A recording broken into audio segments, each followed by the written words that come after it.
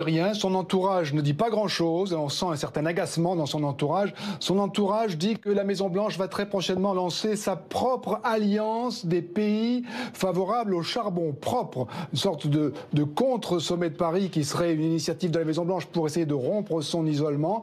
Et donc la Maison-Blanche dit que des pays comme la Chine, le Japon, l'Inde, l'Indonésie, la Pologne, l'Ukraine pourraient être intéressés, mais ça on ne sait pas si ces pays seront intéressés. L'agacement, c'est clair, l'agacement notamment à cause de l'attitude d'Emmanuel Macron. Il faut savoir qu'Emmanuel Macron est apparu hier sur les écrans du 20h, enfin l'équivalent du 20h, c'est-à-dire du grand journal de 18h30 de CBS, l'un des networks. C'est très rare qu'ils interviewent un président ou un chef d'État étranger. Et Emmanuel Macron est arrivé en disant qu'il se faisait fort de ramener Trump dans l'accord sur le climat. Et il disait, d'ailleurs, il se moquait un peu de Trump en disant grâce à lui, j'ai retrouvé une certaine dynamique.